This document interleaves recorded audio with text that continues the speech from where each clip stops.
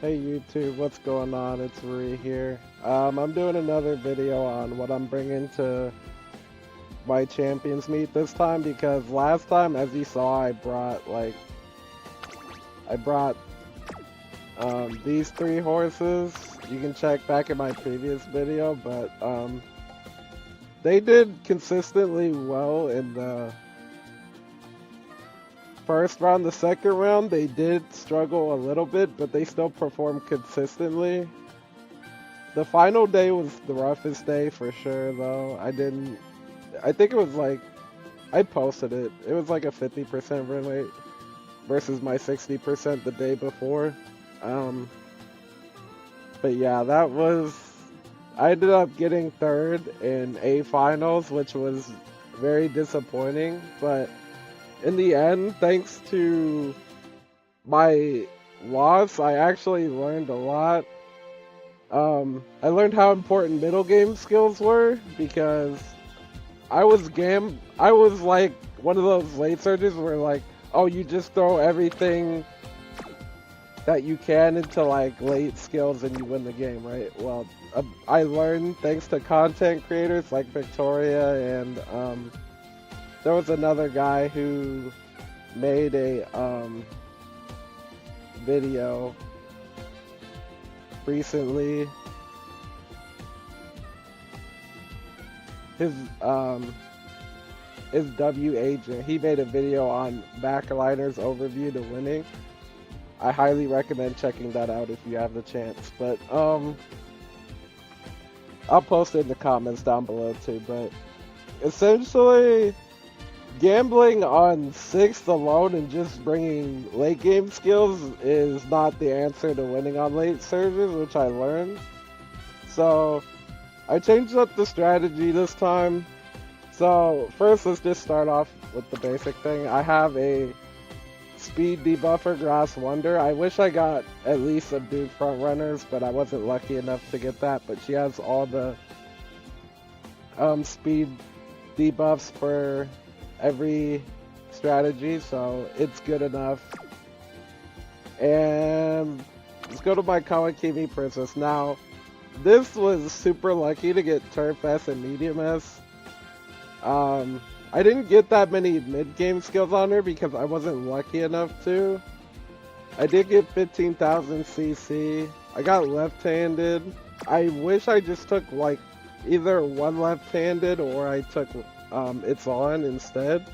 I think the extra speed isn't needed, but it's okay. Like, the speed is fine, like, especially if she gets like a no stopping me into, like, basically she can gamble the late game and win, but she's not my only win condition this time. Like, I'm not throwing all my eggs in one basket.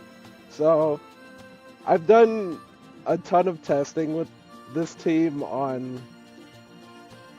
I've done tests with a content creator, I've done a test with on a bunch of rooms. You may have seen me host rooms, like I host rooms pretty much a majority of the time. But let me see which one it is. It's not that one. I made this. This is a Tosin Jordan. Now this is a different kind of Tosin Jordan though. This is my shooting for victory, let's pump some iron. And you might ask, why the hell would you put pump some iron on a pace chaser? Well, because this is a front-loaded CM. I've ran into lobbies where there's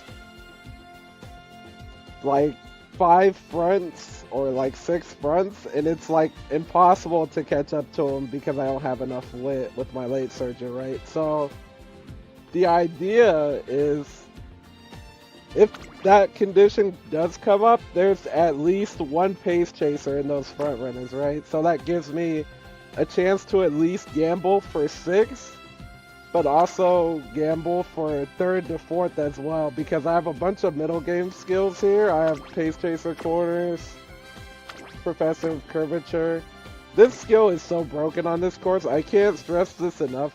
Like, the fact you can proc this at the last corner or even before that to help you pass someone. Like this proccing anywhere is helpful to you no matter what. We got medium straightaways. It's a gamble skill, but I think it works out sometimes. Ramp up.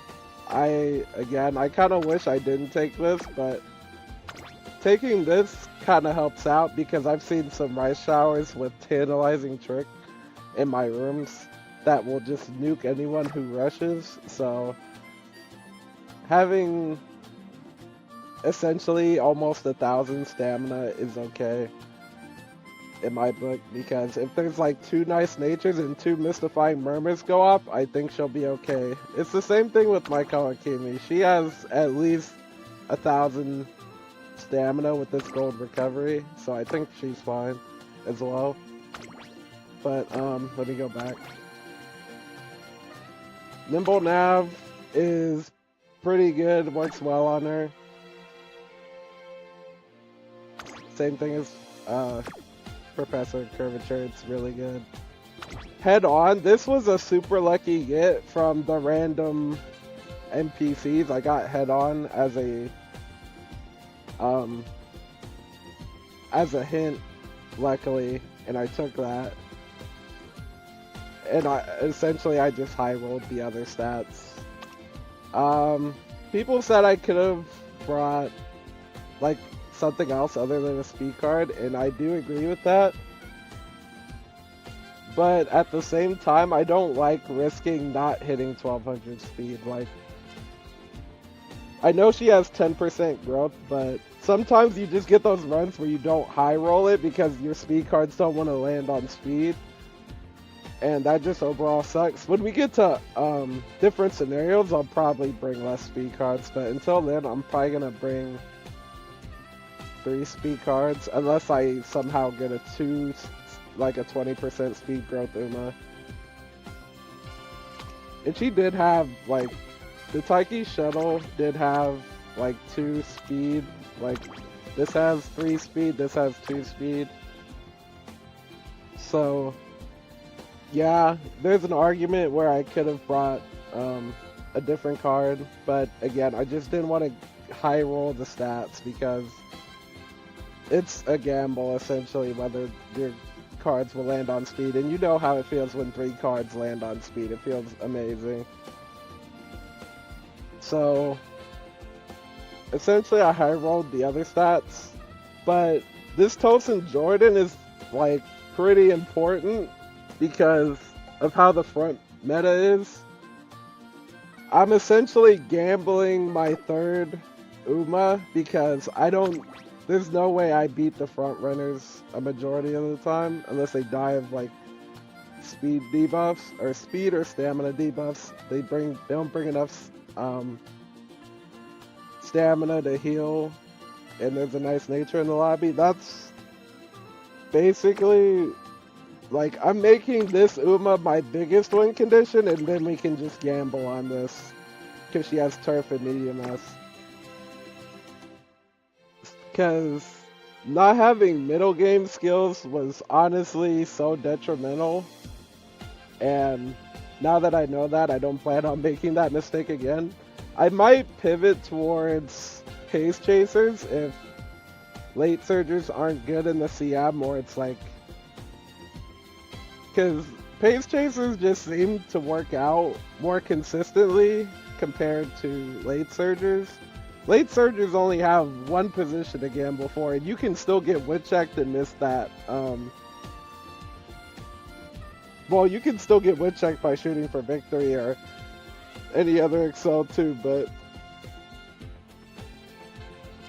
like I find running pace is a little more consistent. That doesn't mean I'm gonna stop like being a late surger main yet, at least, but because I got the nice nature card that I got, and I don't plan on making that go to waste. But it did change my pull plan a little bit.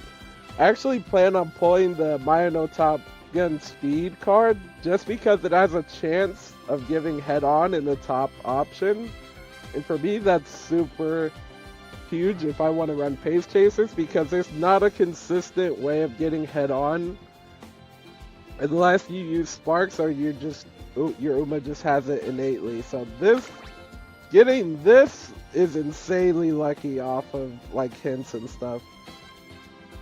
But yeah, that's pretty much my game plan for this CM. I haven't made a game plan for the next CM. I'm kind of just doing the Fuji Kiseki event right now, so I'm chilling for a little bit till Dober comes out. Then I'll do some parent runs because I got to pull on Dober too, and then I got to pull on Maya no Top Gun right after. So I'm hoping Dober doesn't cost me 30,000 carats, because if it does, it's going to be a tragedy. Anyways, that's all I got. Thank you all for watching. I will definitely be streaming my CMs, but this time I'm going to be streaming them on Twitch. I'll leave my Twitch link down in the description as well. Anyways, thank you for watching, and I will see you on the next video I post or in my stream. Peace out.